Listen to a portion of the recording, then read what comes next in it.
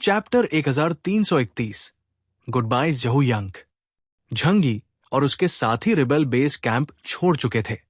Luo झुओ ने उन तीनों को देखा जो एक पल में ही आंखों से ओझल हो गए। उसने गहरी सांस ली और सफेद धुएं का एक गुबार बाहर निकाला जो धीरे धीरे हवा में विलीन हो गया। सभी लोग अपना सामान समेट लो, हम बेस 917 की ओर मूव कर रहे हैं। लुओ झुओ झंग यी की मदद के लिए बहुत आभारी था और उसने झंग यी पर लगभग पूरा ट्रस्ट कर लिया था। लेकिन एक लीडर होने के नाते वो ऑर्गेनाइजेशन के इतने सारे लोगों की जान को रिस्क में नहीं डाल सकता था। एक चालाक खरगोश के पास 3 बिल होते हैं।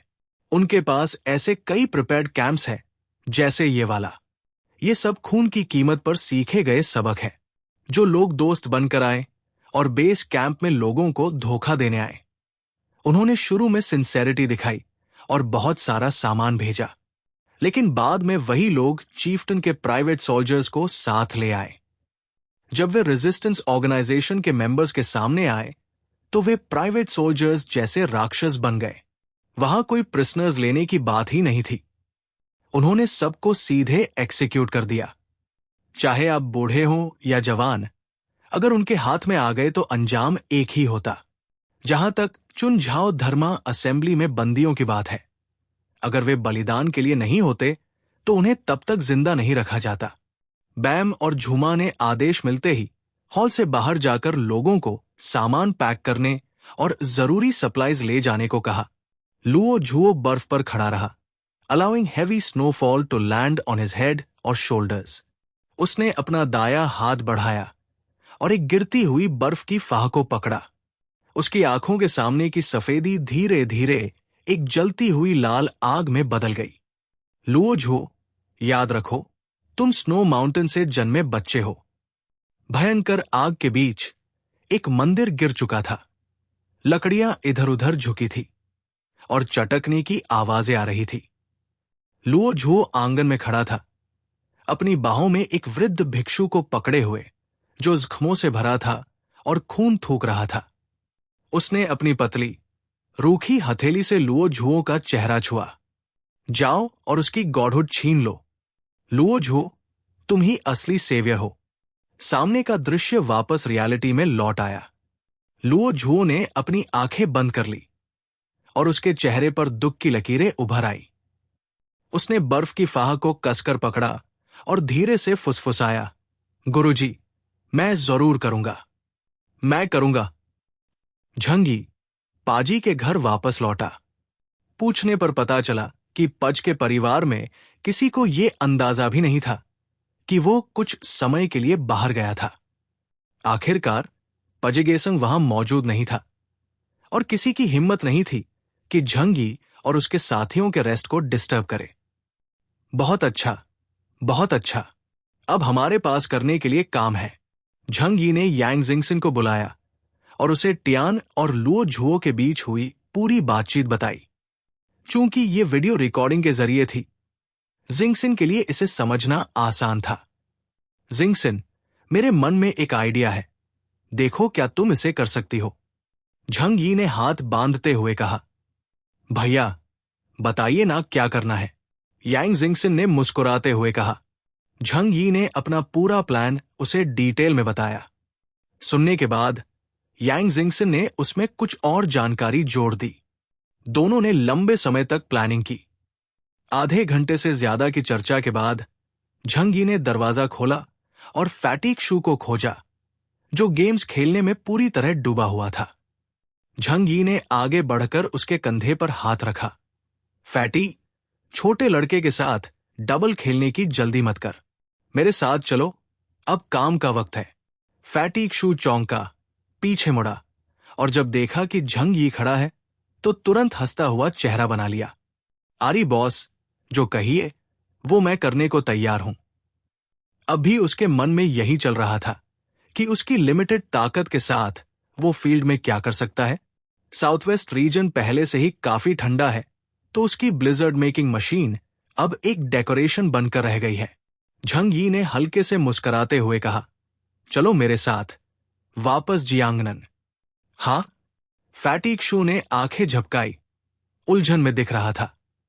लेकिन झंग यी ने समय बर्बाद नहीं किया। वो बस उसे इन्फॉर्म करने आया था, ओपिनियन लेने नहीं। झंग यी ने तुरंत दूसरों से कहा कि वे वहीं रुकें और वेट करें, जबकि उसने फैटीक शू को पकड़ा, डायमेंशनल डोर खोली और जियांगनन क्षेत्र की ओर भाग गया। साउथ वेस्ट रीजन से लेकर यांग्स रिवर के साउथ तक का स्पैन लगभग पूरे हुएक्सू किंगडम को पार करता है। झंग यी और उसके साथी आधे घंटे तक ट्रैवल करते रहे और आखिरकार ब्लिजर्ड सिटी पहुंच गए। क्या ये ब्लिजर्ड सिटी नहीं है? फैटीक शू ने सामने दिख रहे स्टील और कंक्रीट के विशाल जंगल की ओर देखकर झंग यी से कंफ्यूज्ड होकर पूछा, बॉस, यहां क्या करने आए हैं? फैटी, अब वो टाइम आ गया है जब तू काम आएगा, झंग यी ने मुस्कुराते हुए कहा। फैटी के कुछ बोलने से पहले ही वो आगे बढ़ा और झू झिंग के कॉम्बैट कमांड सेंटर पहुंच गया। झंग यी दरवाजे से भीतर चला गया। गेट पर खड़ा गार्ड कुछ बोलने ही वाला था, लेकिन जब उसने झंग यी को ठीक से देखा तो तुरंत सीधा खड़ा हो गया। Welcome captain chaos to the combat command centre. Salute. दोनों पंक्तियों में खड़े गार्ड्स ने एक साथ सलामी दी। उनकी कमरे बैम्बू जैसी सीधी थी। वे झंग यी को एडमिरेशन और एक्साइटमेंट के साथ देख रहे थे। I want to see commander Zhu Xing, Zhang यी ने मुस्कुराकर कहा। वो सीधे गेट के अंदर गया और एलिवेटर की ओर बढ़ा। हालांकि वो सीधे झू झिंग के ऑफिस तक जा सकता था, लेकिन फिर भी वो बेसिक रिस्पेक्ट देना चाहता था।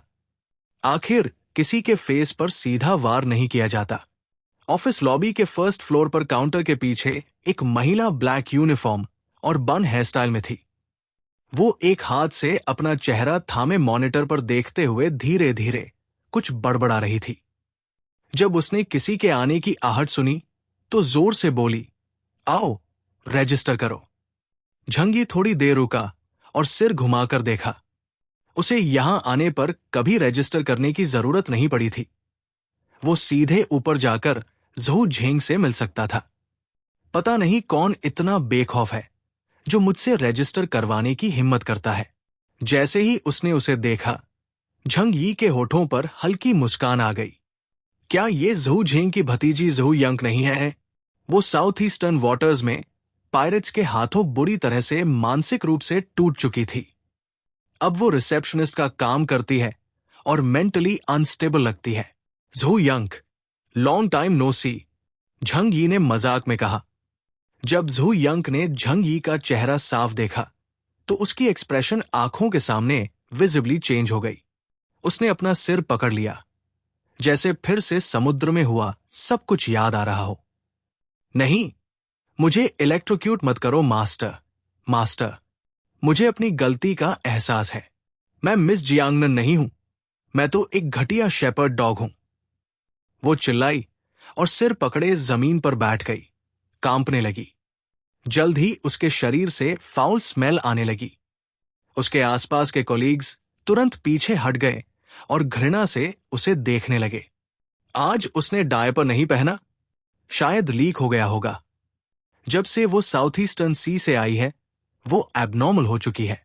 पता नहीं नेरो ने उसे कितनी बार इलेक्ट्रोक्यूट किया, लेकिन अब वो अपनी यूरिनेशन और डेफेकेशन कंट्रोल नहीं कर पाती, और जब भी उसे कोई ट्रिगर करता है वो पूरी तरह से पागल हो जाती है। लेकिन क्योंकि उसका अंकल झू झिंग है, उसके कोलीग्स बस ये सब टॉलरेट करते हैं। झंग यी ने उस लड़की को देखा और उसके दिल में कई इमोशंस उठे, लेकिन उसे झू यंग के लिए कोई दया नहीं आई। आज की हालत उसी की वजह से है।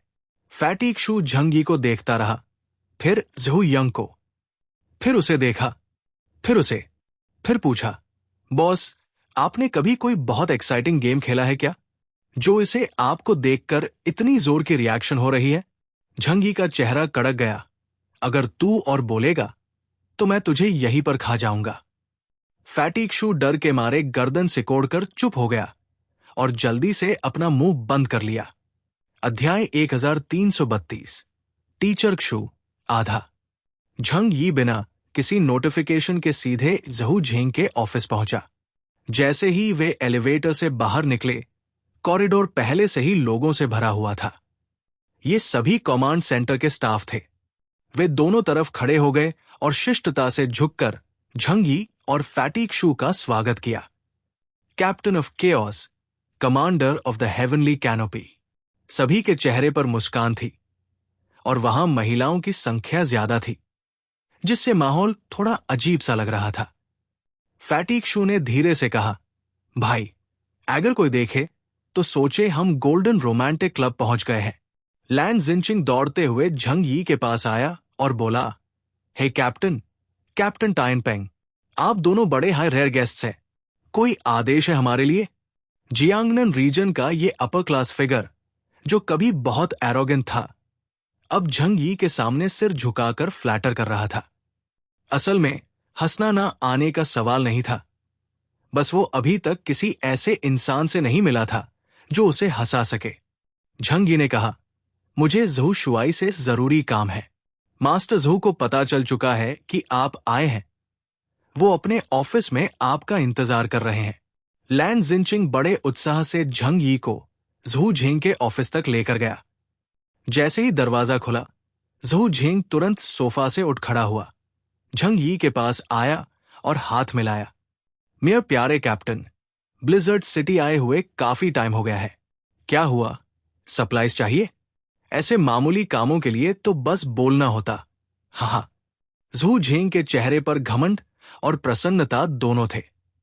जब से झंग यी ने उसे मिनरल्स का 7% शेयर दिया था, ब्लिजर्ड सिटी की एनर्जी शॉर्टेज की प्रॉब्लम पूरी तरह सॉल्व हो चुकी थी। यहां तक कि अब ब्लिजर्ड सिटी में यंग कपल्स को हेल्दी बच्चे पैदा करने की अनुमति दी गई थी। उन्होंने ब्लिजर्ड सिटी के लाखों लोगों की बेसिक सर्वाइवल प्रॉब्लम सॉल्व कर ली थी। अगला स्टेप था रिप्रोडक्शन और दुनिया को आगे बढ़ाना। झंग यी ने मुस्कुराते हुए कहा, मुझे फिलहाल कोई खास जरूरत नहीं है, लेकिन एक काम के लिए आपकी मदद चाहिए। ज़हू झिंग ने थोड़ा हैरान होकर पूछा, तुम खुद सॉल्व नहीं कर पा रहे और मुझे बुला लिया? झंग यी ने हल्की मुस्कान के साथ कहा, मैं चाहता हूं कि आप अभी ब्लिजर्ड सिटी के सारे क्षेत्रों के बेस्ट सॉफ्टवेयर हार्डनिंग इंजीनियर्स को इकट्ठा करें। मुझे मेरे भाई को उनका यूज करना है।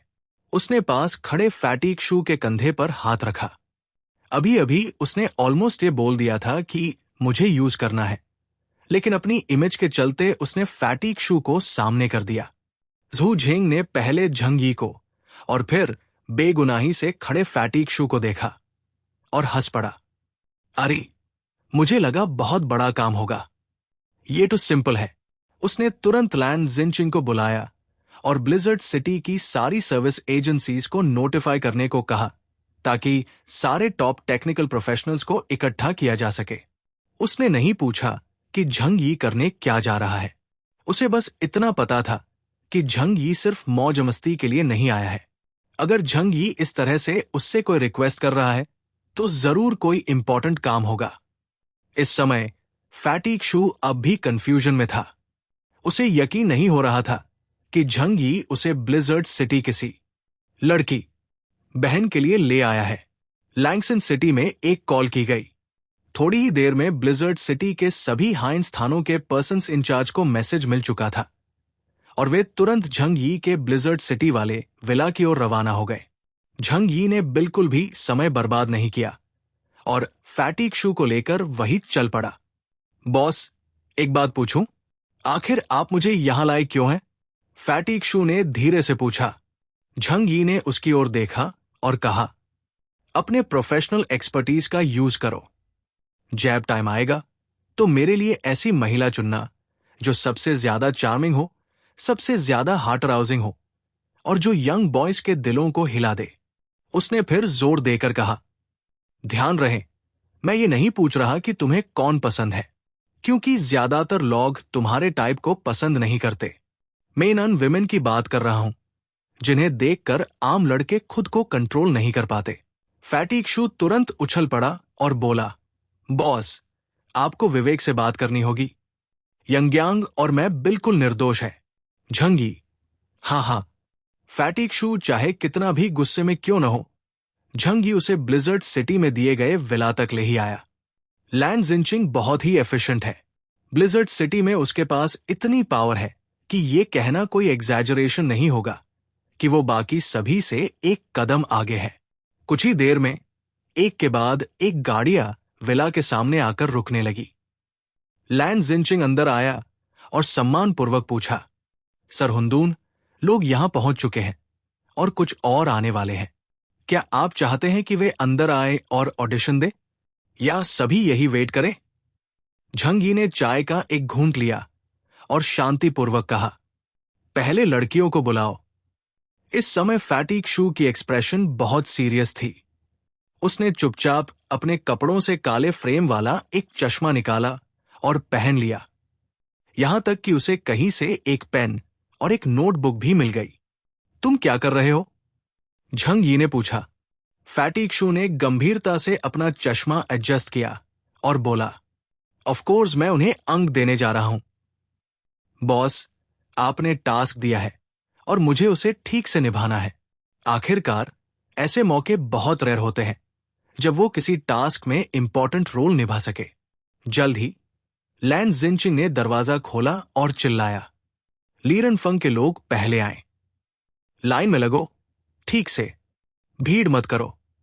लॉर्ड हुंदून सबको देखेंगे। हुआनी इनफैंग के लोग, अगर तुमने फिर से लाइन काटी तो मैं तुम्हारा लाइसेंस सस्पेंड कर दूंगा। जब शहर की कई बड़ी एजेंसीज को पता चला कि झंग ये रिक्रूटमेंट कर रहा है, तो उन्होंने तुरंत अपनी सबसे सुंदर लड़कियां वहां भेज दी। तुम समझ सकते हो, जो भी झंग यी की नजर में आ गया, उसका स्टेटस ब्लिजर्ड सिटी में आसमान छू जाएगा। यहां तक कि उनके पीछे का पूरा ऑर्गेनाइजेशन भी इससे बेनिफिट ले सकता है। थोड़ी ही देर में सुंदर लड़कियों का एक ग्रुप विला के लिविंग रूम में आ गया। बाहर का तापमान -50-60 डिग्री था, लेकिन उन्होंने पतले कपड़े पहने हुए थे और उनके होंठ ठंड से नीले पड़ चुके थे। तुम सोच सकते हो कि वे इस मौके के लिए कितनी मेहनत कर रही थी। शुक्र है कि घर के अंदर टेम्परेचर बहुत हाई था, वरना अगर वे एक मिनट और रुकती तो या तो फ्रीज हो जाती या नंब। झंग यी ने इनमें से किसी को पहले कभी नहीं देखा था और एक नजर में वो ज्यादा कुछ नहीं समझ पाया। उसे सिर्फ सुंदर चेहरे और परफेक्ट फिगर नहीं चाहिए था, बल्कि ऐसी वुमन चाहिए थी जो फ्लर्ट करना जानती हो और लड़कों के दिलों को कैप्चर कर सके। ऐसे मौके पर भरोसा करना पड़ता है फैटीग शू पर। उसने ब्लिजर्ड सिटी की लगभग हर फेमस फीमेल टेक्नीशियन को बुलवा लिया था। फैटीग शू अब बहुत सीरियस मूड में था। झेझे उतनी अच्छी नहीं है, थोड़ी अलूफ और शांत है, अंकल्स में पॉपुलर है। लिली ठीक है, लेकिन उसकी प्लास्टिक सर्जरी हुई है। ध्यान से देखो तो पता चल जाता है। लायनलिन के ब्रेस्ट छोटे हैं और एआई की त्वचा थोड़ी डार्क है। जल्द ही उसने अपनी नोटबुक में सबके ग्रेड्स मार्क कर लिए और लैन जिनचिंग को इशारा किया, बैच बदलो। लड़कियों के चेहरे पर हल्का डिसअपॉइंटमेंट था, लेकिन वे ओबीडियंटली बगल के दरवाजे से बाहर निकल गई। लैन जिनचिंग ने तुरंत नेक्स्ट ग्रुप का अरेंजमेंट कर लिया। फैटीग शू ने लड़कियों के फेस, बस्ट और थाइस को बहुत ध्यान से ऑब्जर्व किया। कमाल की बात यह थी कि उसके चेहरे पर कोई लस्ट नहीं था। वो एक इंटरनेशनल सुपर मॉडल कॉम्पिटिशन के जज की तरह प्रोफेशनल लग रहा था। जब सभी लड़कियों का ऑडिशन पूरा हो गया, तो फैटीग शू ने अपने नोट्स में से कुछ हाई स्कोरर्स को सर्कल किया और लैन जिनचिंग से कहा कि उन्हें वापस बुलाया जाए। अभी तक ये सिर्फ ऑडिशन था, अब असली सिलेक्शन होगा। फैटीग शू ने यह बात बहुत सीरियसली कही। लैन जिनचिंग को नोटबुक लेते हुए थोड़ी शर्मिंदगी महसूस हुई। उसने मन में सोचा, आप तो इस काम में प्रोफेशनल निकले। चैप्टर 1 वांग गैंग रहता है। 2 राउंड्स की स्क्रीनिंग के बाद 4 महिलाएं फाइनल राउंड में पहुंच गई। झंग यी ने अपने सामने खड़ी महिलाओं को देखा और कहा कि फैटीग शू की नजर सच में काबिले तारीफ है। वे सभी दिखने और शारीरिक बनावट में बेहतरीन थी और लगभग सभी ने प्लास्टिक सर्जरी करवाई थी, इसलिए उनके शरीर में कोई फ्लॉ नहीं था। सबसे जरूरी बात, उनकी आंखें और एक्सप्रेशंस। हर आईब्रो लिफ्ट और मुस्कान में एक सटल सा चार्म था। ये कोई चीप या घिसा-पिटा सेडक्टिव वाइब नहीं थी, बल्कि एक क्लासी इनविटेशन जैसा था। अगर आप उनकी असली आइडेंटिटी नहीं जानते होते और उन्हें रास्ते में देखते, तो आप यही मानते कि वे किसी रिच फैमिली की बेटी है या किसी अमीर घर की स्टाइलिश सौतेली मां। फैटीक शू ने झंग यी की तरफ फ्लैटरिंग अंदाज में मुस्कुराकर कहा, बॉस, मुझे लगता है ये बहुत अच्छे हैं। आप क्या सोचते हैं? अहम। झंग यी खांसते हुए आगे बढ़ा और महिलाओं से कहा, पहले अपना नाम बताओ। कई लड़कियां मुस्कुरा दी और बाई ओर से दाई ओर इंट्रोड्यूस करने लगी। नमस्ते सर, मैं ताओ रैन हूं। मैं एन कीकिंग हूं। मैं सू जिया ऑक्सियाओ हूं। मैं ल्यू रुशी हूं। मैं वैंग गैंग हूं। जैसे ही आखिरी महिला ने अपना नाम बताया, माहौल थोड़ा ऑकवर्ड हो गया। झंग यी और फैटीक शू दोनों स्टन रह गए। तुम्हारा नाम क्या था? अभी क्या कहा? वैंग गैंग नाम की वो महिला शर्मीली सी मुस्कान लिए काफी चार्मिंग लग रही थी। मेरा नाम वैंग गैंग है। झंग यी ने ठंडी हवा में सांस ली। वो लड़की इतनी ग्रेसफुल और प्यारी थी। उसका चेहरा और फिगर ऑलमोस्ट परफेक्ट था, लेकिन नाम इतना ग्राउंडेड था कि सुनकर कोई भी कंफ्यूज हो जाए। तभी ल्यू रूशी ने जल्दी से कहा, मिस्टर हुंदून, ये मेरी कजिन है। ये कुछ दिन पहले ही साउथ से पढ़ाई पूरी करके वापस आई है। झंग यी ने इंस्टिंक्टिवली तालियां बजाई। तुओ, ये नाम तो ट्रूली यूनिक है। ये कहते हुए उसने एक अजीब नजर से फैटीक शू की ओर देखा। ये भी तुम्हारी चॉइस थी, राइट? फैटीक शू का माथा पसीने से भीग चुका था। वहां लोग बहुत ज्यादा थे। मुझे किसी का नाम ठीक से याद नहीं था। झंग यी ने आंखें घुमाई और बोला, वैंग गैंग यही रहेगी, बाकी सब जा सकती है। कई महिलाओं ने वैंग गैंग को जलन भरी नजरों से देखा, फिर शांतिपूर्वक विला छोड़ दिया। वैंग गैंग ने थोड़ा नखरे से स्कर्ट उठाया और झंग यी की ओर चलते हुए आई। बैठ जाओ। झंग यी ने सोफा की ओर इशारा करते हुए कहा, इस बार मैंने तुम्हें एक इंपॉर्टेंट टास्क देने के लिए बुलाया है। काम? वैंग गैंग ने उत्सुकता से पूछा। कोई नई रोल प्ले है क्या, या आपको ड्रामा पसंद है? सर, अहम। हाँ, कुछ वैसा ही, लेकिन अब तुम वैंग गैंग नाम यूज नहीं कर सकती। तुम्हारी बहन का नाम ल्यू रूशी है, तो अब से तुम्हारा नाम होगा ल्यू रुयन। संगगा टेम्पल, वज्रा हॉल।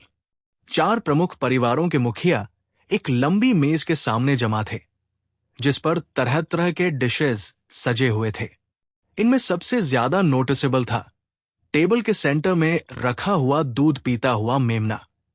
अंधेरा होने लगा था और वे लोग शाम तक चर्चा में लगे हुए थे। इस समय चारों लीडर्स बड़े चाव से भोजन का आनंद ले रहे थे। रामीन ओजू दिखने में अपेक्षाकृत सुंदर है और नाइफॉक का प्रॉपर यूज जानते हैं, लेकिन पजिगेसन को अपनी इमेज की बिल्कुल परवाह नहीं थी।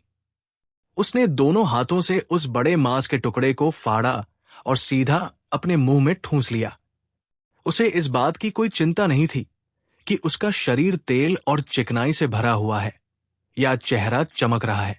शेफ लुओ डैन उन्हें खाना परोस रहे थे, और जब उन्होंने देखा कि वे लोग कितने मजे से खा रहे हैं, तो उन्होंने संतोष से सिर हिलाया।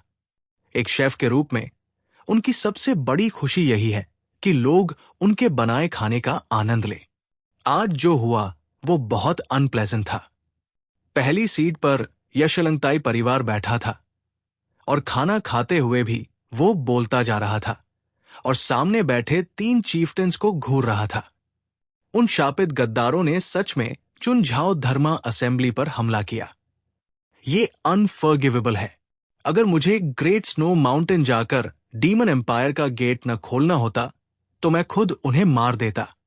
पजिगेसंग ने बिना ऊपर देखे कामली कहा, आप सही कह रहे हैं। साउथ वेस्ट रीजन की स्टेबिलिटी और शांति बनाए रखने के लिए हमें अभी भी आपके संगा टेम्पल पर भरोसा करना होगा। पज का घर। देजी ने पजिगेसंग को घूरते हुए डांटने वाले स्वर में कहा, अगर उस समय आपने अपने लोगों को एक्शन के लिए कहा होता तो शायद रिबेल्स को भागने से रोका जा सकता था।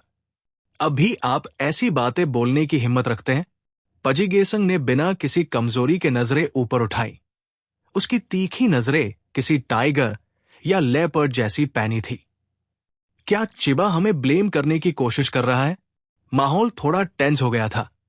एचाजियाजा ग्यात्सो और लैमिन ओजू अब भी शांत भाव से अकेले खाना खा रहे थे। उन्हें इस तरह के सीन कई बार देखने की आदत थी। 4 प्रमुख परिवारों में उनके 2 परिवार कंपैरेटिवली वीक थे, इसलिए वे ज्यादातर टाइम साइडलाइंस पर रहते हैं। जो भी पावरफुल हो उसी के साथ अलायंस कर लेते हैं। देजी ने थोड़े रिग्रेटफुल एक्सप्रेशन के साथ कहा, यह घटना अब खत्म हो चुकी है। एक रिबेल के भाग जाने से हमारे सांकी टेम्पल और 4 चीफटेन्स के शासन पर कोई असर नहीं होगा। लेकिन मुझे उम्मीद है कि आप समझ गए होंगे कि आगे क्या आने वाला है। ये पूरे स्नोई प्लेटों के लिए लाइफ और डेथ का मामला है। चाहे हमारे बीच कोई भी विवाद हो, ग्रेट स्नो माउंटेन मूवमेंट के दौरान हमें एक दूसरे को डिस्टर्ब नहीं करना चाहिए। पजिगेसंग ने खाना चबाना बंद किया और लैमिन ओजू और एचाजा ग्यात्सो दोनों ने भी देजी की तरफ देखा। देजी कुर्सी पर थोड़ा पीछे झुका, बगल से एक सफेद सिल्की रुमाल उठाया और हाथों से तेल पोंछ लिया। फिर उसने हाथ में प्रेयर बीड्स पकड़ी और धीरे से कहा, ग्रेट किंग जेसर ने डीमंस को दबाने का काम 2000 साल पहले किया था। किंग जेसर की लेजेंड कहती है कि शैतानों की वापसी का दिन जल्द ही आएगा। उस वक्त किंग जेसर द्वारा छोड़ी गई सील डीमन अबिस के नीचे के असली राक्षसों को रोक नहीं पाएगी और हमारे 4 परिवार भी खत्म हो सकते हैं। देजी की आवाज काम थी, लेकिन कमरे का माहौल एकदम हैवी हो गया था। लैमिन ओजू ने अचानक कहा, 2000 साल पुरानी ये लेजेंड, क्या ये सच हो सकती है? उसे इस पर शक था। बचपन से वेस्टर्न एजुकेशन में पली बढ़ी होने के कारण उसे इन सो कॉल्ड एंशिएंट लेजेंड से कभी खास लगाव नहीं रहा। लेकिन पिछले कुछ दिनों में प्लेटों पर जो चमत्कार उसने देखे थे, उसके बाद उसके मन में पहली बार डाउट आया। क्या यह मुमकिन है कि एंसेस्टर्स ने 2000 साल पहले ही ये सब फसी कर लिया था? तभी देजी ने कहा, लेकिन यही एक मौका भी है। हम सब जानते हैं कि आउटर वर्ल्ड में क्या चल रहा है। शेंगजिंग डिस्ट्रिक्ट में किनलिंग माउंटेन्स, समुंदर के पास फॉग वैली अबिस और वो मिस्टीरियस जोन्स जो आउटर वर्ल्ड में बार बार प्रकट हो रहे हैं। ये जगह खतरनाक है, लेकिन उनमें मैसिव ट्रेजर्स भी छिपे हुए हैं। अगर हम उन्हें हासिल कर पाते हैं तो हम न सिर्फ अपने हजारों साल पुराने फाउंडेशंस को बचा सकते हैं, बल्कि और भी पावरफुल बन सकते हैं। उसने अपने हाथ फैलाए और रॉयल टोन में कहा, जब वो समय आएगा तब कोई भी हमारे स्नोई प्लेटों की अथॉरिटी को चैलेंज नहीं कर पाएगा। साउथ वेस्ट रीजन एक देश के अंदर एक अलग देश बन जाएगा और हमारे 4 प्रमुख परिवार इसका राज करेंगे। उसके शब्द लॉजिकल लग रहे थे, लेकिन नीचे बैठे तीनों ने मन ही मन मुस्कुराकर तिरस्कार किया। बातें तो अच्छी थी, पर सभी जानते हैं कि जब असली फायदा बांटने का समय आएगा तब यशलंगताई परिवार बाकी किसी को कुछ नहीं देगा, और जब वो इनफ पावरफुल हो जाएगा तो बाकी 3 परिवारों को भी निगल जाएगा। हम सब समझदार लोग हैं, ऐसे स्वीट डिप्लोमैटिक वर्ड्स किसी को फूल नहीं कर सकते। चैप्टर 1334। जाओ, मेरी कुछ मदद करो। 4 प्रमुख परिवारों के सरदार एकत्र हुए और जल्द ही कुछ ही दिनों में होने वाले ग्रेट स्नो माउंटेन ऑपरेशन पर चर्चा शुरू हुई। देजी ने कहा, डीमन एम्पायर का मिशन मुश्किल होगा। हर एक फैमिली को अपनी एक स्ट्रॉन्ग एलियन टीम भेजनी होगी बैरियल मास्टर से लड़ने के लिए, लेकिन तब तक हमें उन रिबेल्स से भी सतर्क रहना होगा जो केओस फैला सकते हैं। देजी ने पजिगेसंग की ओर देखा और शांत स्वर में कहा, मैं स्वयं बैरियल मास्टर का अनुसरण करूंगा और उसके साथ डीमन एम्पायर में प्रवेश करूंगा। उस समय किसी को यहां कोऑर्डिनेशन और सुरक्षा की जिम्मेदारी लेनी होगी। तो सरदारों, आप में से कौन ये जिम्मेदारी उठाना चाहेगा? ये सुनकर बाकी तीनों सरदार मन ही मन चौंक गए। उन्होंने सोचा, क्या देजी कोई बड़ा दाव खेलने जा रहा है?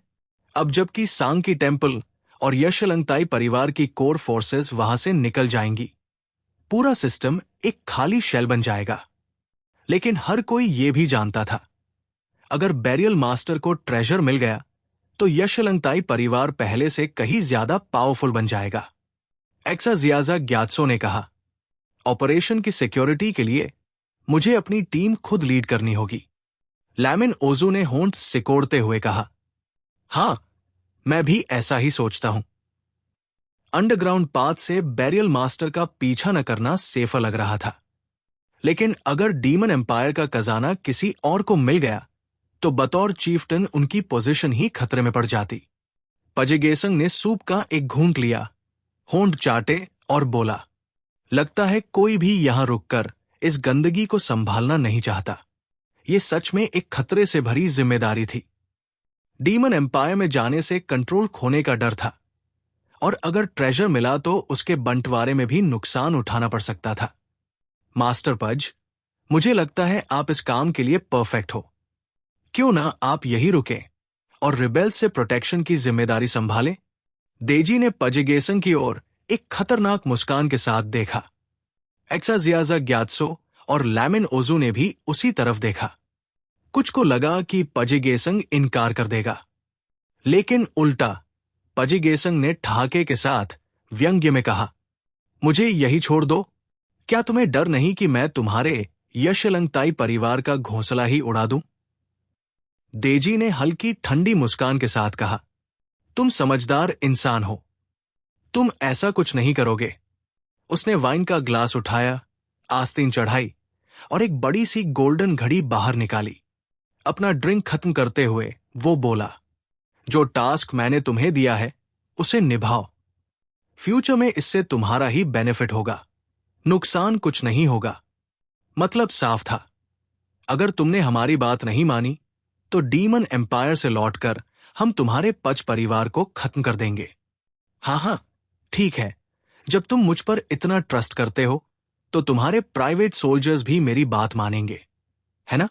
मैं तुम्हें कुछ लोग दूंगा, देजी बोला, लेकिन उन्हें ऑर्गेनाइज करने की तुम्हारी पावर सिर्फ रिबेलियन कंट्रोल तक ही लिमिटेड होगी। पजेगेसंग और देजी की मुस्कुराहटें तो थी, लेकिन दोनों की आंखें तलवारों की तरह आपस में टकरा रही थी और पूरा माहौल गन पाउडर से भरा लग रहा था। देजी ने मांस का एक टुकड़ा उठाया और चबाते हुए बोला, लुओ डैन का कुकिंग स्किल हर दिन बेहतर होता जा रहा है। अब लगता है मैं उसके बनाए खाने के बिना सर्वाइव नहीं कर पाऊंगा। फिर उसने एकदम से लुओ डैन की ओर देखा, जो एक तरफ चुपचाप खड़ा था। तुम यशलंगताई परिवार में आना चाहोगे? फ्यूचर में मेरे शेफ बन जाओ। यह सुनकर लुओ डैन ने विनम्रता से सिर झुकाया और कहा, मैं पज परिवार का शेफ हूं। मैं सिर्फ परिवार के लीडर के आदेशों का पालन करता हूं। पजेगेसंग हंस पड़ा। देजी, क्या अब तुम भी मेरा खाना बनाने वाला छीनना चाहते हो? उसने हंसते हुए लुओ डैन की ओर इशारा किया। मेरा शेफ कभी किसी को नहीं सौंपा गया। देजी की आंखें थोड़ी ठंडी हो गई। उसने एक अर्थपूर्ण टोन में कहा, लेकिन मैं जो चाहता हूं वो हमेशा पा लेता हूं। अरे, दुनिया बहुत बड़ी है, सब चीजों का अंदाजा नहीं लगाया जा सकता। देजी, तुम कुछ जल्दी में लगते हो। पजेगेसंग ने लुओ डैन को इशारा किया कि वो बाहर चला जाए। लुओ डैन ने सिर झुकाया और चुपचाप वज्रा हॉल से बाहर निकल गया। उसने बड़े दरवाजे को धीरे से बंद किया और जैसे ही वो मुड़ा, उसके होठों के कोने पर एक हल्की फ्लीटिंग सी मुस्कान उभर आई। पीछे मुड़कर बाहर निकलते ही एक लंबा कॉरिडोर वज्रा हॉल से बाहर की ओर जाता था। पजिरुओदन। अचानक एक ठंडी आवाज ने लुओ डैन को पुकारा। लुओ डैन ने ऊपर देखा और देखा एक गहरे लाल रंग की कॉम्बैट यूनिफॉर्म पहने हुए आदमी को, जो दीवार के सहारे झुका हुआ था और ठंडी नजरों से उसे घूर रहा था। वो आदमी लंबा और पतला था। उसके हाथ पांव लंबे थे और कमर पर बर्फीली धार वाली तलवार लटक रही थी। उसका अंगूठा पहले ही ब्लेड को स्लाइटली ऊपर खिसका चुका था और वो ठंडी चमक जो छत से आती रोशनी में चमक रही थी, उसमें एक जानलेवा इरादा साफ महसूस हो रहा था। उसके सामने खड़ा आदमी था नलेटू, यशलंगताई परिवार का चीफ गार्ड कमांडर। ये तेज दिमाग वाला, हाईली कैपेबल वॉरियर अब भी थकावट से घिरा था। आंखों के नीचे डार्क सर्कल्स और चेहरे पर थकी हुई सी उदासी साफ दिख रही थी। लुओ डैन धीरे धीरे उसकी तरफ बढ़ा और हल्के से सिर झुकाकर ग्रीट किया। जैसे ही नलेटू उसके पास से गुजरा, उसने दांत पीसते हुए एक एक शब्द में कहा, याद रखना, एक दिन मैं तुम्हें अपने हाथों से मार डालूंगा। लुओ डैन ने उसकी ओर एक ठंडे और बेपरवाह एक्सप्रेशन से देखा, फिर शांति से प्रणाम किया और हॉल से बाहर निकल गया। जब वो मेन रोड पर चल रहा था, उसे नहीं पता था कि कितनी निगाहें उसे चुपचाप देख रही थी। कोई भी इस मशहूर शेफ के पास नहीं जाना चाहता था और कई तो उसे प्योर हेट्रेड से देखते थे, लेकिन ऐसी नफरत भरी नजरों से घिरा होकर भी लुओ डैन की मुस्कान और गहरी हो गई। हां, परफेक्ट। धीरे धीरे अपनी नफरत को पालो। उसकी आंखों में वो भाव था जैसे कोई उसे मारकर खा जाना चाहता हो, और यही बात उसकी नजरों को और भी खूबसूरत बना रही थी। उसी रात पजिगेसंग और देजी की बातचीत बिना किसी कंक्लूजन के खत्म हो गई। दोनों नाखुश होकर अलग हो गए। घर लौटते ही पजिगेसंग सीधा झंगी को ढूंढने आया। अब वो इतना बोल्ड और डायरेक्ट हो पाया है तो उसका कारण सिर्फ एक है, झंगी। वरना देजी के सामने खड़ा होने की हिम्मत वो कभी नहीं कर पाता। उधर झंगी भी कमरे में बैठा हुआ पजिगेसंग के लौटने का इंतजार कर रहा था। जैसे ही पजिगेसंग अंदर आया, उसकी नजर कॉफी टेबल पर पड़ी एक स्टीमिंग मिल्क टी की कप पर गई। सोफा के कुशन में अभी तक का हल्का गड्ढा था जो अभी भी वापसी बाउंस कर रहा था, जिससे उसे अंदाजा लग गया कि झंगी यही बैठा था और शायद उसी का इंतजार कर रहा था। मिस्टर केओस, यशलंगताई परिवार का वो कमीना हदें पार कर रहा है। पजिगेसंग ने आते ही अपना गुस्सा जाहिर किया और देजी द्वारा की गई इंसल्ट के बारे में शिकायत करने लगा। झंगी चुपचाप सुनता रहा, फिर अचानक पूछा, क्या तुम उनसे बदला लेना चाहते हो? पजिगेसंग थोड़ा चौंका। हां, बिल्कुल, मैं तो सपना देखता हूं इस दिन का, उसने बहुत सिंसेरिटी से जवाब दिया। झंगी ने मुस्कुराते हुए कहा, इधर आओ, मुझे एक काम में तुम्हारी मदद चाहिए। झंगी की पूरी योजना सुनने के बाद पजिगेसंग के चेहरे के एक्सप्रेशंस कई बार बदले। ये सच में काम करेगा? उसे अभी भी भरोसा नहीं हो रहा था। वो इंसान पिछले 10 साल से बौद्ध साधना कर रहा है और दुनियावी चीजों की तरफ उसकी कोई इच्छा बची ही नहीं। तुम्हारी ये तरकीब, झंगी ने हल्की सी मुस्कान के साथ जवाब दिया। एक शब्द होता है, मूर्ति फिल्टर। तुम्हारी नजर में बैरियल मास्टर कोई देवता है, लेकिन मेरी नजर में वो बस एक ऐसा आदमी है जो पिछले 10 साल से घर में बंद है और बस सूत्रों का जाप करता है। झंगी ने फ्यूनरल मास्टर जू एगुओ को एक ओटकू कहकर डिस्क्राइब किया। सुनने में अजीब लग सकता है, लेकिन अगर ध्यान से सोचो तो बात में दम है। सब सोचते थे कि वो डिजायर्स को पूरी तरह छोड़ चुका है, लेकिन सिर्फ झंगी जानता था कि उसकी सो कॉल्ड प्योरिटी उतनी प्योर नहीं थी जितनी वो दिखाता है। उस दिन उसने झू क्या को जिस नजर से देखा था, बस वहीं से झंगी सब समझ गया था। अध्याय 1, सौंदर्य दृश्य। दूसरे दिन पाजी परिवार के विला में एक स्पेशल गेस्ट का आगमन हुआ। एक काली कार गेट पर आकर रुकी और आसपास मौजूद अटेंडेंट्स बेहद रिस्पेक्टफुल दिख रहे थे। कोई भी जरा सी भी लापरवाही करने की हिम्मत नहीं कर रहा था। जैसे ही अटेंडेंट ने कार का दरवाजा खोला, सफेद बालों वाला एक बूढ़ा साधु बाहर आया। दरवाजे पर खड़े गार्ड्स ने उसे देखा तो तुरंत घुटनों के बल बैठ गए और अपना सिर जमीन में झुका लिया। पजिगेसंग बहुत देर से गेट पर उसका इंतजार कर रहे थे। जैसे ही उन्होंने गेस्ट को देखा, वो तुरंत मुस्कुराते हुए उसके पास गए। वैंगबो चिबा, इतने बिजी स्केड्यूल के बीच आने के लिए धन्यवाद। पजिगेसंग उस एल्डरली मंक को बहुत ध्यान से देख रहे थे, क्योंकि वो कोई आम व्यक्ति नहीं थे। वो संगजिया मोनेस्ट्री के पूर्व चिबा वैंगबो सांगजी थे। शुरुआत में यशलंगताई देजी ने बैरियल क्लैन और परिवार की मिलिट्री पावर पर भरोसा करते हुए सॉफ्ट और हार्ड दोनों तरीकों से त्रिपा को पद से हटाने की कोशिश की। लेकिन पूरे स्नोई प्लेटो में वैंगबो सांगजी का अब भी बहुत ऊंचा स्टेटस है। उन्होंने 30 साल से भी ज्यादा समय तक संगजिया मोनेस्ट्री के चिबा के रूप में सेवा की और उनका नाम बहुत प्रतिष्ठित रहा।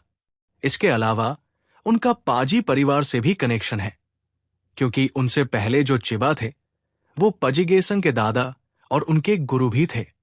पजिगेसंग ने वैंगबो सांगजी को टी रूम में इनवाइट किया और सर्वेंट्स को सबसे अच्छी चाय और केक लाने को कहा। वैंगबो सांगजी उनके सामने बैठे और गंभीरता से पजिगेसंग की ओर देखकर बोले, जैसैंग, अगर तुम्हें कुछ कहना है तो साफ साफ कहो। मैं अब यहां ज्यादा देर नहीं रुक सकता। अगर उनके मास्टर की वजह न होती तो वैंगबो सांगजी कभी भी पजिगेसंग से मिलने नहीं आते। आखिरकार सब जानते हैं कि उनका और देजी का रिश्ता कभी अच्छा नहीं रहा और इसका असर फ्यूचर में वैंगबो सांगजी पर भी पड़ सकता है। पजिगेसंग मुस्कराए और बोले, वैंगबो त्रिपा, मैंने आपको इस बार इसलिए इनवाइट किया है क्योंकि मुझे उम्मीद है आप मेरा एक छोटा सा फेवर करेंगे। वैंगबो सांगजी ने अपनी आंखें उठाई और उसकी ओर देखा। अगर इसका संगजिया मोनेस्ट्री या यशलंगताई परिवार से कोई लेना देना है तो बेहतर होगा कि आप कुछ न कहें। उनका टोन अनयूजुअली कोल्ड था। वो साफ कर देना चाहते थे कि वो कोई पॉलिटिकल ट्रबल नहीं चाहते। पजिगेसंग ने अपनी आंखें थोड़ी सिकोड़ ली, लेकिन उनके चेहरे पर अब भी फ्लैटरिंग सी मुस्कान थी। वैंगबो त्रिपा, आपको देजी ने पद से हटा दिया और त्रिपा की सीट भी छीन ली। क्या आप सच में इसे एक्सेप्ट कर चुके हैं? वैंगबो सांगजी का चेहरा कुछ पल के लिए सख्त हो गया और उनकी आंखों में थोड़ी एंगर चमक उठी। जैसैंग, तुम ये बात क्यों उठा रहे हो? वो 70 साल से ऊपर के थे, लंबे समय तक जीवित रह सकते थे और फिर से वापस सेवा में आ सकते थे। लेकिन उस समय जब उनका फेयरवेल होने वाला था, उन्हें जबरदस्ती पद छोड़ने के लिए मजबूर किया गया। ये उनके जीवन का सबसे बड़ा दुख था। पजिगेसंग ने बात आगे बढ़ाई। देजी के पास क्या योग्यता है? उसे बुद्धिज्म के बारे में कुछ भी पता नहीं। वो बस एक बौद्ध चोर है। उसने अपने परिवार की बैरियल डायरेक्टर स्टेटस का फायदा उठाकर सब लूटा और ये बात कि संगजिया मोनेस्ट्री का त्रिपा उसे ऐसा करने दे रहा है, ये हमारे हजारों साल पुराने तांत्रिक बुद्धिज्म के लिए शर्म की बात है। वैंगबो सांगजी को यह सुनकर थोड़ी संतुष्टि मिली। उन्होंने शांत स्वर में कहा, स्थिति पहले से तय हो चुकी थी। उसे बैरियल मास्टर का समर्थन मिला हुआ है और इसमें कोई क्या कर सकता है? उनका टोन काम था, लेकिन उसमें एक हल्की सी नाखुशी भी छिपी हुई थी। लेकिन पजिगेसंग ने तुरंत जोड़ा, वो त्रिपा सिर्फ इसलिए बन पाया क्योंकि वो बैरियल मास्टर के परिवार का हेड है। अगर उसे बैरियल मास्टर का सपोर्ट न मिले तो वो कुछ भी नहीं है। वैंगबो सांगजी ने उसकी ओर देखा और ठंडी आवाज में कहा, सीधा बोलो, तुम्हें क्या चाहिए? पजिगेसंग हंसते हुए बोले, बैरियल मास्टर और वैंगबो त्रिपा अक्सर बौद्ध विषयों पर चर्चा करते थे और उनका रिश्ता टीचर स्टूडेंट जैसा था। तो क्या आपने कभी सोचा है, अगर देजी बैरियल मास्टर को इन्फ्लुएंस कर सकता है तो आप क्यों नहीं? वैंगबो सांगजी ने हल्का सा व्यंग्य किया। हां, मेरे पास तो कोई पर्सनल मिलिट्री फोर्स भी नहीं है, पजिगेसंग ने कहा। जब तक तुम्हें बैरियल मास्टर का समर्थन मिल जाए, तुम हजारों सैनिकों को भी चुनौती दे सकते हो। क्यों? वैंगबो सांगजी ने सीधा सवाल किया। पजिगेसंग खड़ा हो गया और जोर से ताली बजाई। तुरंत ही एक महिला पर्दे के पीछे से कमरे में आई। वो बेहद आकर्षक और दिलकश थी। उसका फिगर इतना ग्रेसफुल कि सिर्फ एक नजर में ही अनगिनत पुरुष उसका दीवाना बन सकते थे। मुझे उम्मीद है कि आप बैरियल मास्टर के लिए सम्मान दिखाने में मेरी मदद कर सकते हैं, पजिगेसंग ने थाई पर हाथ मारते हुए कहा। मुझे याद है कि बुद्धिस्ट साधना में एक मार्ग होता है, सौंदर्य चिंतन। जब मैंने सड़ते हुए महिला शरीर को देखा, तब मुझे गुलाबी खोपड़ी का सही अर्थ समझ में आया। बैरियल मास्टर ने ज्ञान की ऊंचाइयां छू ली है और आप एक आधे गुरु की तरह क्या आपको उसे अभ्यास में सहायता नहीं करनी चाहिए? Beautiful vision, beautiful path. पजी गेसन के शब्दों में हिडन मीनिंग था और उसका इशारा बहुत कुछ कह रहा था। वैंगबो सांगजी ने उस महिला की ओर देखा। उसे याद भी नहीं कि आखिरी बार उसने इतनी खूबसूरत स्त्री कब देखी थी। ये उसकी बाहरी सुंदरता नहीं थी, बल्कि उसकी आंखों और भौहों के बीच की वो कशिश थी जो किसी को भी पहली नजर में फंसा सकती थी। आज के स्नोई प्लेटो में ऐसी महिला मिलना रेयर है। वो जियांगनन की सबसे पोषित जगह से आई हुई टॉप टियर कॉर्टसन थी। उसे दुनियावी बातें कम ही आती थी, लेकिन एक कला वो बखूबी जानती थी, किसी पुरुष का दिल कैसे जीतना है। वैंगबो सांगजी की निगाहें झुक गई और उसकी यादों में एक पुरानी घटना तैरने लगी। जब बेरियल मास्टर जू एगो ने पहली बार एकांत साधना शुरू की थी, तो उसे एक 10x10 फीट के कमरे में बंद कर दिया गया था, जिसमें बस एक छोटा सा छेद छोड़ा गया था भोजन और स्क्रिप्चर्स देने के लिए। वो 3 साल उस कमरे में CHAIN chân कल्टिवेशन करते हुए बिताए। 3 साल बाद वैंगबो सांगजी कुछ लोगों के साथ वहां पहुंचे, दीवार तोड़ी और उसे बाहर निकाला। सबको लगा बेरियल मास्टर ने एनलाइटमेंट पा लिया है। सबने उत्सव मनाया। लेकिन जब वो सेरेमोनियल हॉल में पहुंचे, उन्होंने देखा एक यंग मदर अपने बच्चे को स्तनपान करा रही है। उसी पल वैंगबो सांगजी समझ गए कि बेरियल मास्टर की वर्ल्डली डिजायर्स अभी भी मरी नहीं है। वो जिसने 8 साल की उम्र में मां बाप को छोड़ा और 10 साल तपस्वी जीवन जिया, बाहर से भले ही 20 साल का दिखता हो, लेकिन उसका मन आज भी एक बच्चा था। बुद्धिस्ट स्क्रिप्चर्स का डेली जाप माता पिता के प्रति लॉन्गिंग और फिजिकल डिजायर्स को खत्म नहीं करता, वो बस टेम्पररीली दब जाती है। लेकिन जब उसे आजादी मिली तो वैंगबो सांगजी ने गहरी सांस ली। उसके दिल में बड़ा संघर्ष था। वो खुद अपने हाथों से बेरियल मास्टर की साधना को भंग नहीं करना चाहता था। ये पाप जैसा लगता था। लेकिन अगर उसने ऐसा नहीं किया तो देजी द्वारा मिला अपमान वो जिंदगी भर नहीं भूल पाएगा। बहुत देर सोचने के बाद वैंगबो सांगजी ने उस महिला की ओर देखा और हल्के से सिर हिलाया। अगर ये महिला बोधिसत्व के प्रति भक्ति भाव रखती है तो मुझे उसके गोल में मदद करनी चाहिए। पजी गेसंग बहुत खुश हुआ और तुरंत घुटनों के बल बैठकर झुक गया। धन्यवाद वंग बोबा, वैंगबो सांगजी ने कहा। मैं ये सिर्फ बेरियल मास्टर की साधना में मदद के लिए कर रहा हूं, न कि किसी सेल्फ इंटरेस्ट के लिए। अमितवा, उसी शाम जब देजी ने फिर से चुनझाओ धर्मा सभा का उत्सव मनाने के लिए कुछ सरदारों को बुलाया, तो वैंगबो सांगजी की कार क्वाइटली संगजिया मोनेस्ट्री के साइड गेट से अंदर गई। किसी ने यह नहीं देखा कि उन रोब्स में छिपे हुए ग्रुप में एक खूबसूरत युवती भी मौजूद थी, जो मोटे कपड़ों के नीचे अपने मिशन के लिए तैयार थी।